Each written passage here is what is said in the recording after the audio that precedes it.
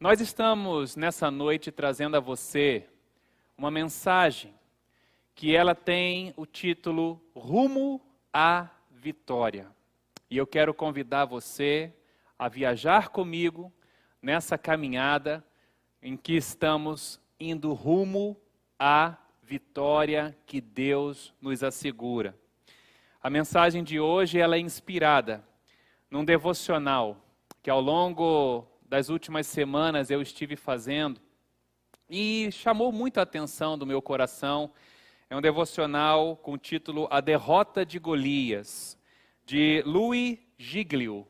Ele é pastor americano da Passion City Church, localizado em Atlanta, na Geórgia, nos Estados Unidos. E durante a semana eu estive aplicando esse aprendizado que pude obter deste devocional. Eu senti o desejo de compartilhar com você. Claro que nós não vamos aqui repetir o devocional que o Louis Giglio ele escreveu, mas fizemos apenas algumas colocações, relembrando aquilo que ele diz. Porém, eu trago para você alguma reflexão sobre a vitória que um grande servo de Deus no passado, ele teve porque ele confiava no Senhor, porque ele acreditava que ele não estava sozinho nas suas batalhas. Mas se você quiser conhecer o devocional A Derrota de Golias, eu convido você a baixar no seu celular o aplicativo da Bíblia YouVersion. Bíblia YouVersion. E você vai procurar lá na Play Store ou na Apple Store e você vai baixar a Bíblia YouVersion. E você vai procurar os devocionais e você vai procurar ali A Derrota de Golias. Sugiro você fazer. Tremendo. Muito bom esse devocional e vai servir para inspirar o seu coração também. Mas no final da história de Davi, quero convidar você a abrir a sua Bíblia onde você estiver e já deixar aberta. Depois, daqui a pouquinho, nós vamos fazer a leitura do texto de 1 Samuel, capítulo 17. Eu convido você, mesmo que a gente esteja transmitindo também a leitura bíblica aí na imagem do seu monitor, do seu celular e tal, que você tenha em mãos a sua Bíblia para que você possa também fazendo anotações, fazendo aqui alguns comentários, algumas informações, colocando ali algo que vá ajudar você depois a refletir, a estudar, a pensar naquilo que está sendo dito para você, ok? Mas no final da história de Davi e Golias, a gente encontra um verso bíblico lá em 1 Samuel 17, verso 50, aonde nós vemos o seguinte: assim Davi, ele venceu o filisteu com uma tiradeira e uma pedra, sem espada na mão, ele derrubou o filisteu e o matou. Nós sabemos que Davi, ele era um garoto, nessa época em que ele luta contra Golias, que era um gigante de quase 3 metros de altura. Davi, ele era pastor de ovelhas. Davi, ele estava armado com uma espécie de um estilingue. E a sua fé em Deus somente. Ele estava armado com um estilingue, uma pedra ou algumas pedras, e a sua fé em Deus somente. Nada mais, ele não tinha espada, ele não tinha escudo, ele não usava nenhum tipo de armadura, era apenas isso que Davi, ele transportava ali, além da bolsa, né, que ele carregava as pedras. E ele derrotou um gigante que estava impondo o medo na vida dos israelitas durante 40 dias. É até interessante nós pensarmos, né, sobre isso. Nós já estamos vivendo aí em torno de 5 meses sem podermos realizar os nossos cultos presenciais, porque estamos ainda vivendo uma quarentena, um isolamento. Então a gente pode considerar que vivemos, de certa forma, um gigante que tem amedrontado muita gente.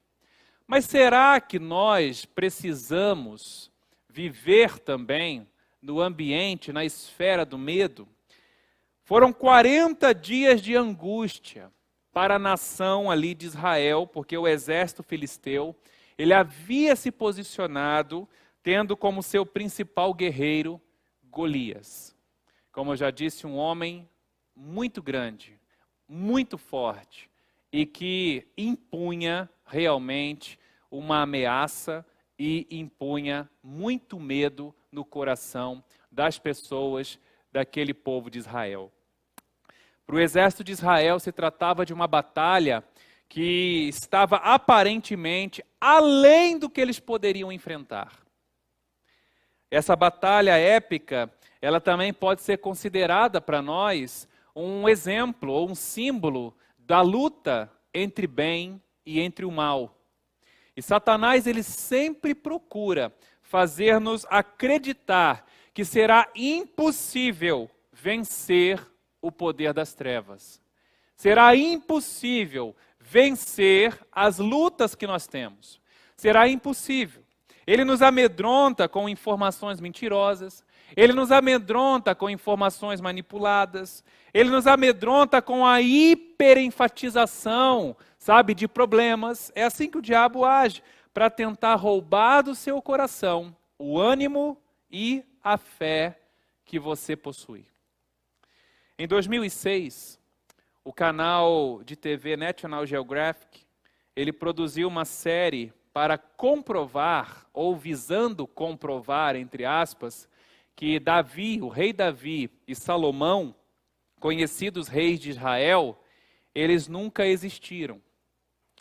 E assim também afirmar, claro, naturalmente, como consequência, que a batalha que houve contra Golias também nunca aconteceu. Interessantemente, naquele mesmo ano, foram descobertas ruínas de uma cidade que datam do século 11º antes de Cristo. Ou seja, do século 11 antes de Cristo, no sítio arqueológico chamado de Khirbet Qeiyafa, no Vale de Elá, que os arqueólogos acreditam ser a cidade de Saaraim. Eu vou botar aí para você uma imagem dessa cidade. Está aí, ó, o sítio arqueológico que foi encontrado, a cidade de Saaraim, que é exatamente a cidade que ficava sobre um dos montes que testemunhou a batalha entre Davi e Golias, e que é mencionada, inclusive, no texto de 1 Samuel 17, lá no verso 52, que a gente ainda vai ler, mas que fala dessa cidade que ficava próximo ali da onde aconteceu o local da batalha. Essa cidade, posteriormente, ela se tornaria uma fortaleza e o armazém que o rei Davi ele utilizaria no seu reinado. Era um lugar onde também ele tinha ali como ponto estratégico, por ser uma cidade no alto de uma montanha, para se refugiar em tempos de guerra também, como indica 1 Crônicas, capítulo 4, verso 31. É fato também que a arqueologia já encontrou as ruínas também da antiga cidade de Gate e de Ziclag, aonde Davi se refugiou antes de ser proclamado rei em Hebrom. E é interessante que sobre a cidade de Gate há uma informação científica de que as pedras que foram usadas nelas evidenciavam paredes de proporções maiores do que as encontradas em outras cidades, sendo aí uma indicação de que realmente era uma cidade de gigantes, conforme a informação que a Bíblia ela nos traz. Há uma outra foto aí que você vai ver também, pode colocar para mim. Essa aí é da cidade de Saaraim, aonde você tem aí uma das entradas da cidade, e lá na frente vocês vão ver o Vale de Elá, exatamente aonde aconteceu a batalha entre filisteus e israelitas. Os filisteus ficavam na encosta das montanhas do lado de lá, e os israelitas do lado de cá, e ali, naquele lugar, foi travada a batalha entre Davi e Golias. Agora, por que eu estou mostrando isso, meus amados, para vocês? Porque, como disse anteriormente, Satanás, ele sempre procura meios para enfraquecer a nossa fé. E ele usa do ceticismo, ele usa da incredulidade, para aprisionar você ao medo, ao derrotismo. Ou seja, aquele tipo de pensamento derrotista. Eu não vou conseguir vencer, eu não vou conseguir sair dessa, eu não vou conseguir superar isso que eu estou vivendo, isso que eu estou passando. É tudo que o diabo ele quer que você realmente pense. E eu queria, diante disso, uma vez que nós estamos comprovando também arqueologicamente, mesmo que nós não precisássemos disso, porque a Bíblia fala que o justo vive pela sua fé, mas estou mostrando também cientificamente que fatos ocorreram naquele lugar, para mostrar para você e lembrar como foi que Davi, ele partiu rumo à vitória, nesta batalha real. Não era um conto, não era algo mitológico, mas uma batalha real que ele, um garoto, um pastor de ovelhas, ele teve contra um gigante, um guerreiro, que já estava habituado na arte da guerra. E como foi que ele venceu Golias? E esta é exatamente a mensagem que eu gostaria de trazer para você nessa noite, para que você também possa ter as bases para rumar em direção à vitória que Deus, ele garante nos dar, se assim também fizermos como Davi o fez. Lá em 1 Samuel, capítulo 17, versos 45 a 54. Esse é o texto bíblico que eu quero compartilhar com você nessa noite. 1 Samuel 17, 45 diz assim: Davi, porém, disse ao filisteu: você vem contra mim com espada, com lança e com dardos, mas eu vou contra você, em nome do Senhor dos Exércitos, o Deus dos Exércitos de Israel, a quem você desafiou. Hoje mesmo o Senhor o entregará nas minhas mãos, e eu o matarei, cortarei sua cabeça. Hoje mesmo darei os cadáveres do exército filisteu, às aves do céu, aos animais selvagens, e toda a terra saberá que há Deus em Israel. Todos os que estão aqui saberão que não é por espada ou por lança que o Senhor concede vitória, pois a batalha é do Senhor e Ele entregará todos vocês em nossas mãos. Quando o filisteu começou a vir na direção de Davi, ele correu para a linha de batalha para enfrentá-lo. Tirando uma pedra de seu alforje, arremessou-a com a atiradeira e atingiu o filisteu na testa, de tal modo que ela ficou encravada e ele caiu, dando com o rosto no chão. Assim Davi venceu o filisteu com uma atiradeira e uma pedra. Sem espada na mão, derrubou o filisteu e o matou. Davi correu, pôs os pés sobre ele, desembainhando a sua espada, a espada do filisteu, acabou de matá-lo, cortando-lhe a cabeça com ela. Quando os filisteus viram que o seu guerreiro estava morto, recuaram e fugiram. Então os homens de Israel e de Judá deram um grito de guerra e perseguiram os filisteus até a entrada de Gate e até as portas de Ecrom. Cadáveres de filisteus ficaram espalhados ao longo da estrada de Saaraim até Gate e Ecrom.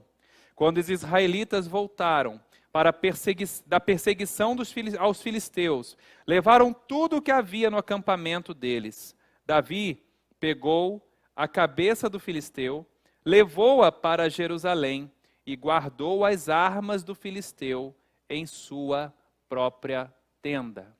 Que o Senhor abençoe a sua vida e essa reflexão possa encher o seu coração de segurança e de confiança para que você lute as suas batalhas. Eu vou ser bem breve aqui, vou citar 6 pontos que esse texto aqui, ele nos traz de uma maneira bem resumida. Primeira coisa que nós observamos nesse texto está no verso 45. A Bíblia diz que Davi foi contra Golias, em nome do Senhor dos Exércitos. Sabe, o que a gente aprende? A primeira coisa é que Davi, ele depositou toda a sua confiança em Deus. Davi, ele conhecia a história do seu povo, e ele sabia que Deus havia chamado a nação de Israel para ser uma testemunha da glória de Deus perante todas as nações. O que Davi fez aqui foi apenas confiar na aliança que Deus ele tinha com a nação de Israel. Por isso, para Davi, a luta de Golias não era contra ele, mas contra o Deus que protegia Israel. Não era a Davi que Golias estava desafiando, tampouco eram os exércitos de homens, mas eram ao Deus de Israel que possuía uma aliança com aquela nação. E aí uma pergunta eu faço para você: você realmente confia na palavra de Deus para a sua vida? Você confia na aliança que Deus ele faz por meio de Jesus Cristo com aquilo que hoje é chamado de igreja, que o apóstolo Paulo afirmou ser o novo Israel de Deus? Nós precisamos confiar.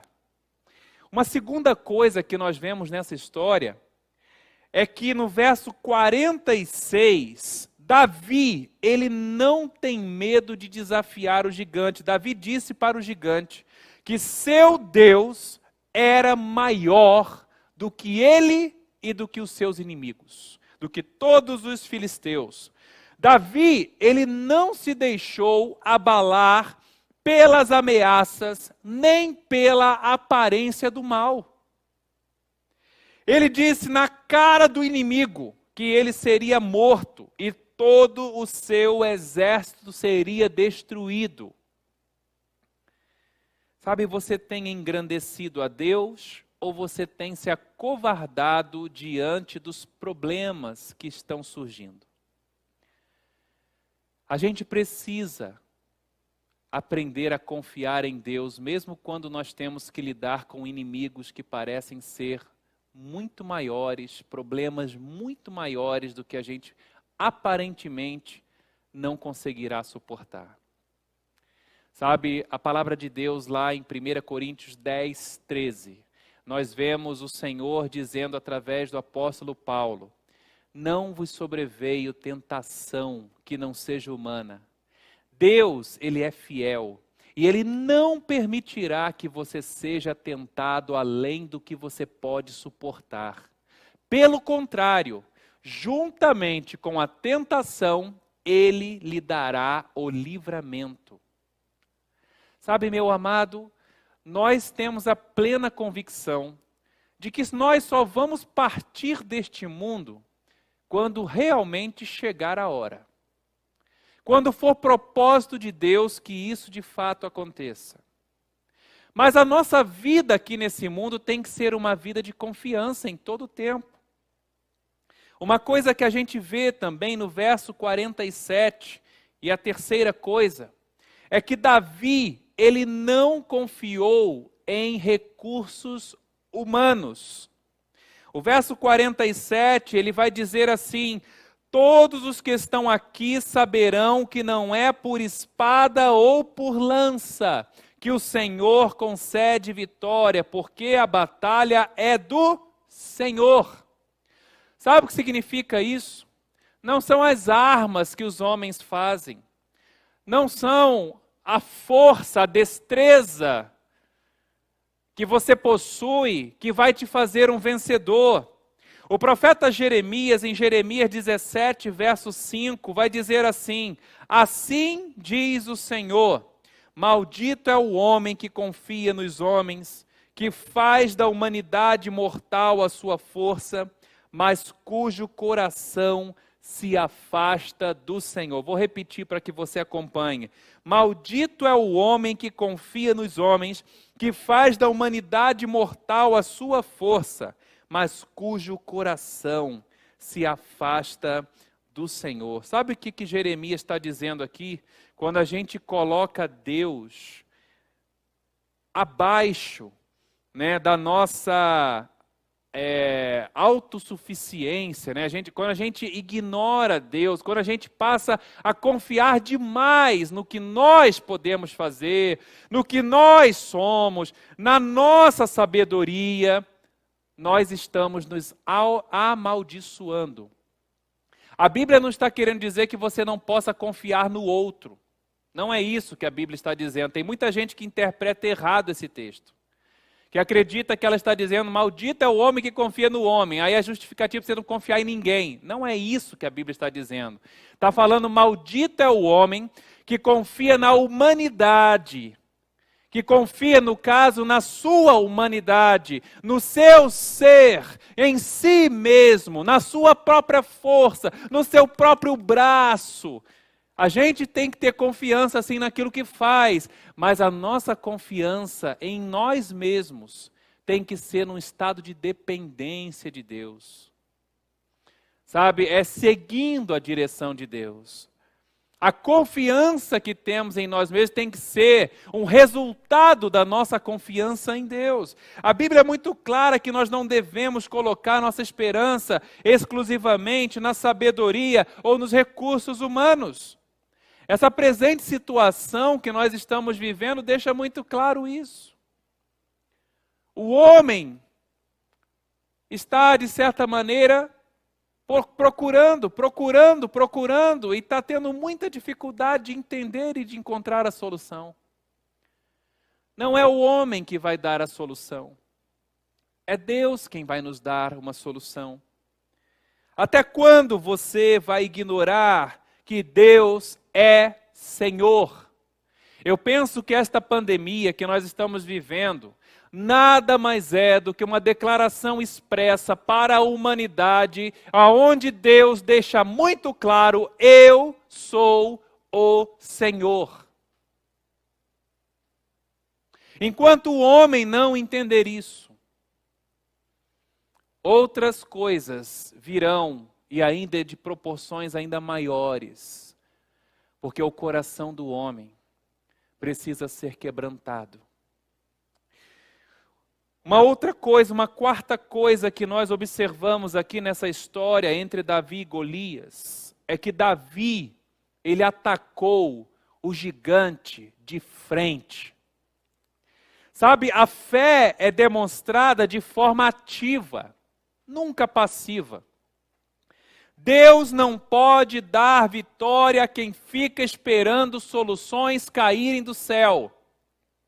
Ele concede vitória para quem se esforça, para quem assume e ataca os seus desafiantes. Ele concede vitória para aqueles que, confiando em seu poder, ele avança contra os seus gigantes. Você tem deixado que os seus problemas te paralisem, meu amado? Você está deixando que os problemas, eles realmente inundem o seu coração, como nós cantamos ainda há pouco? Você está deixando que os seus problemas te afoguem de tal maneira que você acaba não vendo uma luz? Você está vivendo, parece que em trevas o tempo todo. Querido, eu quero dizer para você, em nome de Jesus, pare de viver paralisado nos seus problemas. Comece a olhar para o poder do Deus que assumiu uma grande responsabilidade com você sobre a sua vida. Ele se oferece, ele se coloca ao seu lado para te ajudar. Quinta coisa, Davi fez o que ele sabia fazer para glorificar a Deus. O verso 49, mostra que Davi ele usou uma pedra, um alforje e arremessou com a sua tiradeira. Ele sabia atirar uma pedra com uma tiradeira. Era o que ele sabia fazer. Talvez ele jamais imaginasse usar a ferramenta que ele costumava utilizar para espantar animais que atacavam o seu rebanho de ovelhas, contra um gigante nas proporções de Golias, numa batalha, numa guerra, sendo ele ainda um rapaz jovem. Talvez ali entrando ainda na juventude, é provável que ele estava saindo talvez da sua adolescência, numa batalha homem a homem. E eu pergunto para você, meu amado amigo, meu amado irmão, minha amada irmã, você que está nos assistindo, eu pergunto para você, você tem desprezado o que você sabe fazer? Sabe, você tem olhado para si mesmo como se o que você soubesse fazer não fosse tão útil? Querido, a cada um de nós Deus dá dons e Deus dá talentos. E eu quero incentivar você a começar agora mesmo a pedir a Deus sabedoria para usar o que você sabe fazer para glorificá-lo. Quando você colocar o seu coração no trilho certo, na direção certa, com aquilo que você sabe fazer, Deus vai fazer algo tão grande através da sua vida que você jamais imaginaria que faria. É assim que Deus ele age. É assim que ele faz. Ele usa o pouco que nós temos, como aquela história dos 5 pães e 2 peixes, que estavam com o menino, e Jesus pegou e multiplicou numa multidão de mais de 5.000 pessoas. Talvez tivesse ali mais de 15.000 pessoas, porque a Bíblia fala eram 5.000 homens, foram as mulheres e as crianças. E Jesus multiplicou 5 pães e 2 peixes. Ele multiplicou. Era a única coisa que aquele menino tinha. Mas quando você põe aquilo que você acha pouco nas mãos de Deus, Deus faz muito.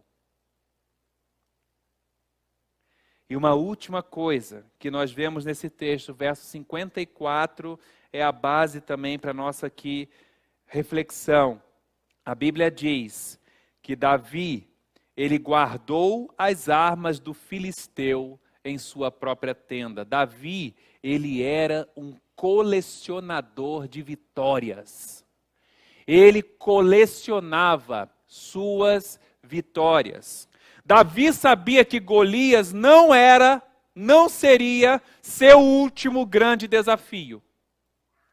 Ele era bem consciente, assim como Jesus certa vez falou lá em João 16, verso 33, ele disse assim: neste mundo vocês terão aflições, contudo tenham ânimo, eu venci o mundo. Davi, ele guardou as armas de Golias em sua tenda, como lembrança da vitória que Deus lhe deu. E Jesus também nos manda lembrar que ele venceu o mundo que o havia condenado e matado. Ele ressuscitou, pois nada podia destruí-lo.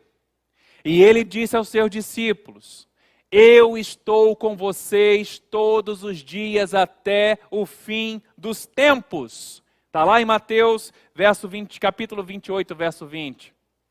Eu tenho visto, meus amados, muitas pessoas procurando entender se não estamos vivendo os finais dos tempos, enquanto observam coisas impressionantes que estão acontecendo no mundo.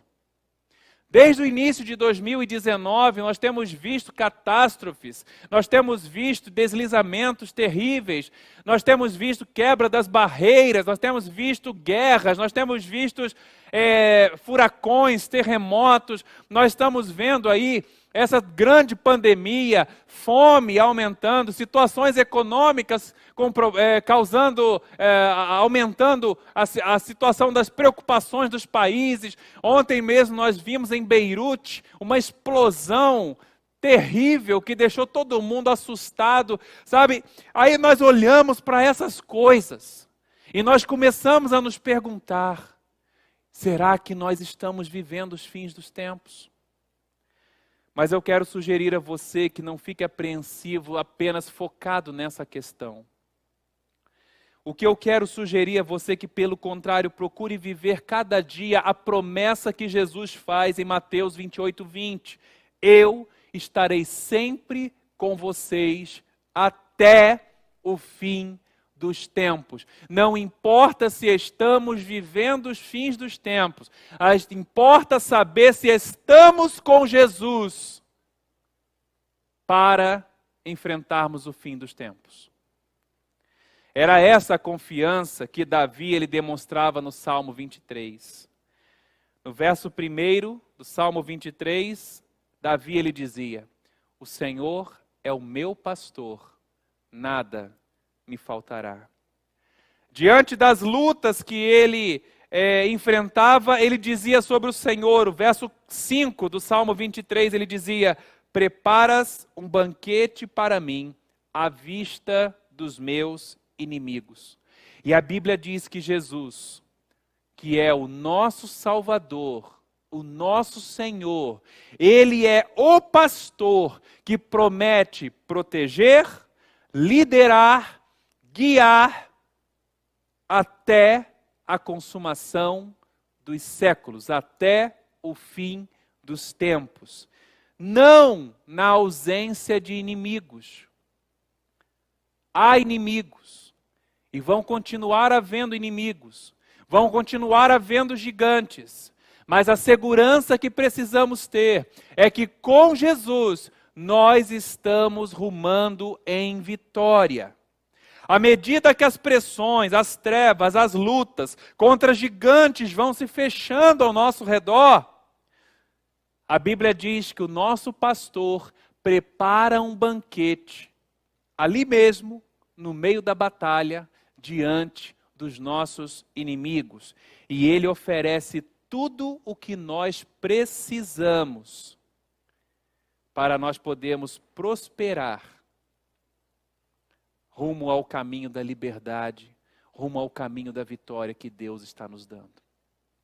Assim como Golias, por um curto período de tempo, a Bíblia diz que Satanás tem a permissão de rondar a terra.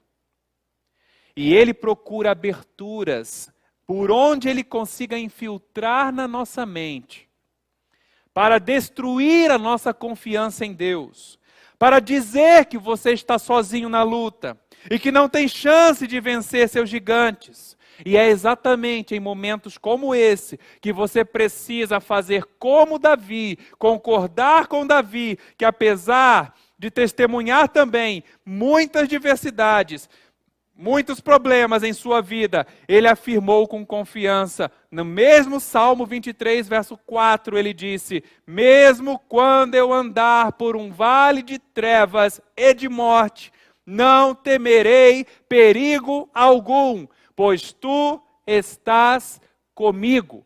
Davi sabia que Deus tinha tudo sob controle.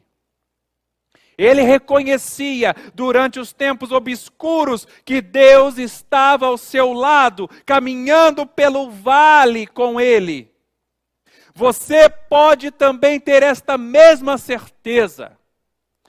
Escolha acreditar que o seu pastor, Jesus, ele prometeu guiá-lo pelo vale. Ele está sempre com você. Ele sabe o que é melhor para a sua vida e o que você é, o seu filho amado. Que você é seu filho amado. Vá ao encontro de Jesus. Sempre que você estiver enfraquecido, sempre que você estiver sobrecarregado, Ele mesmo diz: venham a mim, todos vocês que estão cansados, sobrecarregados, e eu lhes darei descanso. Concentre-se menos nos inimigos que estão ao redor. Concentre-se menos no poder ou na força dos gigantes.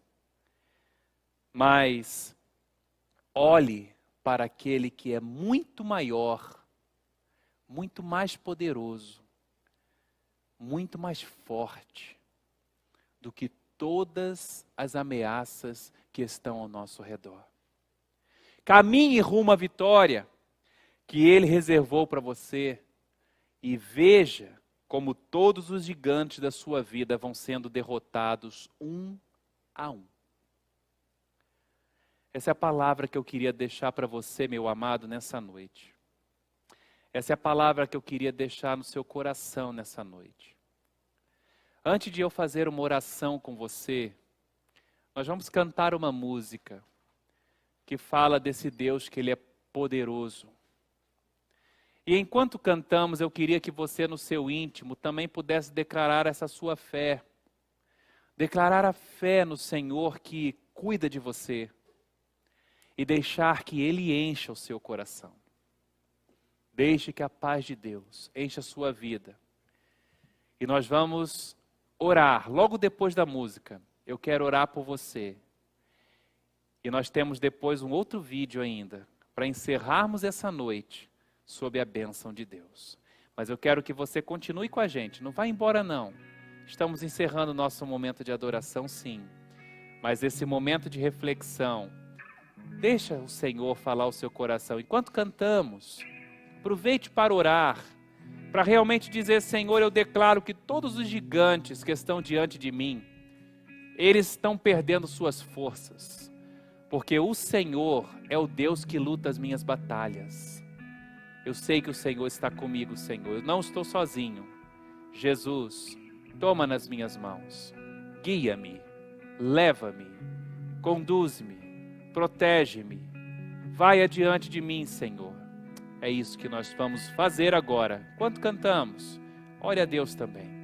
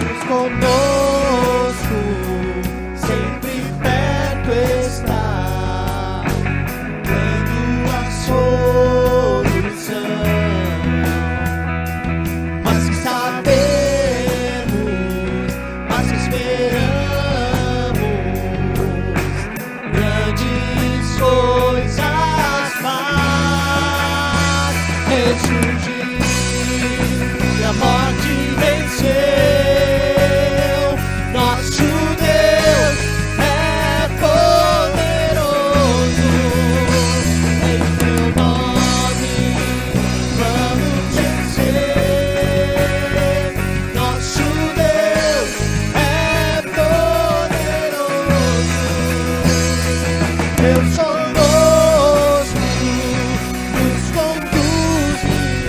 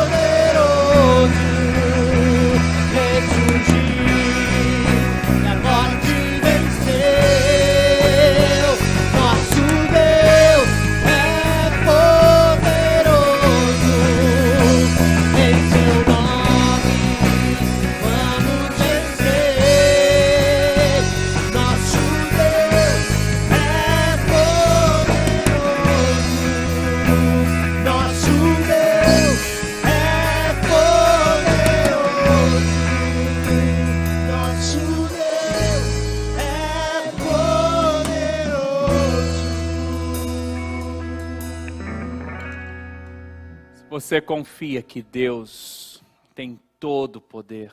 Nesse momento, eu convido você a agora colocar todos os seus medos diante do Senhor. Nesse momento eu convido você a deixar nas mãos dele todas as suas preocupações. E mesmo aquelas questões que você gostaria que Deus fizesse, não tente controlá-las. Deixe ele cuidar de você. Então somente confie no amor que ele tem por você. Nosso Deus é poderoso, nosso Deus é sábio, nosso Deus ele é justo, perfeito em tudo que ele faz. Sobretudo, a principal razão por que você pode confiar nele é porque nenhum outro Deus em todo o universo declarou um amor tão profundo ao enviar seu próprio filho à terra, nascendo como homem, sofrendo como homem, para dizer para nós o quanto ele nos ama. Nenhum outro Deus jamais fez isso. Não há qualquer Deus em qualquer outra religião que jamais tenha feito isso. Somente Jesus. E somente Ele tem palavra de sabedoria, palavras verdadeiras, palavras que, se postas em prática, transformam vidas. E eu quero incentivar você, meu amado, você que está com a gente nessa noite, adorando a Deus com a gente. Querido, descansa no Senhor. A gente não voltou aos cultos, não porque a gente tenha medo. Não voltamos presencialmente, não porque tenhamos medo. Não, meu amado. Sim, porque nós temos cuidado. Temos cuidado de você. Temos amado você. Temos não desejado que algo aconteça realmente, que você, não que vá morrer, mas às vezes tenha que passar por uma situação desagradável. Por isso, enquanto Deus nos tem dado condições, estamos fazendo nossos cultos assim. Fazendo de forma online. Até a hora que nós sentimos que Deus vai mostrando, está na hora, vai voltando o povo, vai fazendo com que o povo volte a congregar. Deus vai mostrar esse momento, você crê? Eu também creio, confio, estou esperando, estou orando. E você também deve fazer isso. Mas, meu amado, não fica angustiado não na sua casa.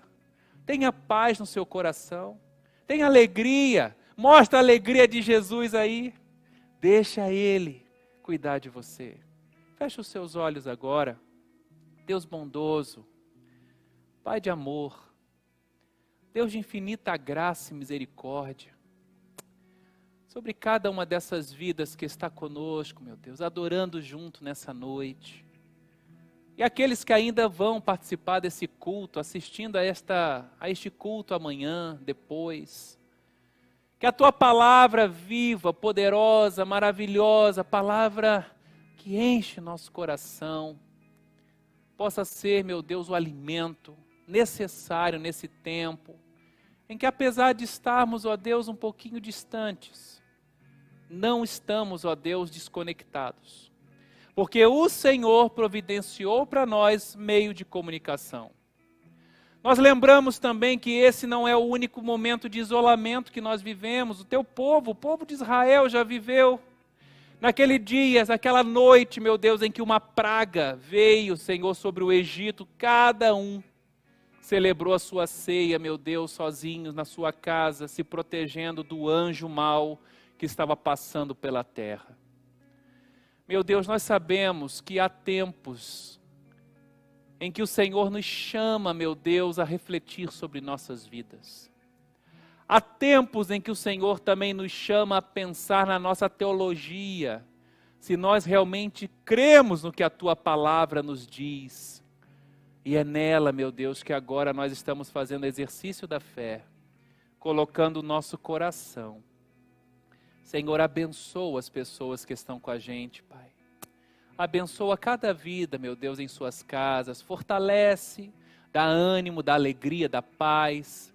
Que Jesus possa realmente ser, meu Deus, aquele que traga motivos para celebrarem vitória. Senhor, nós olhamos para o teu Filho amado e vemos o quanto o Senhor nos ama. E nesse momento eu rogo as bênçãos do Senhor sobre cada vida agora, em nome de Jesus. Amém.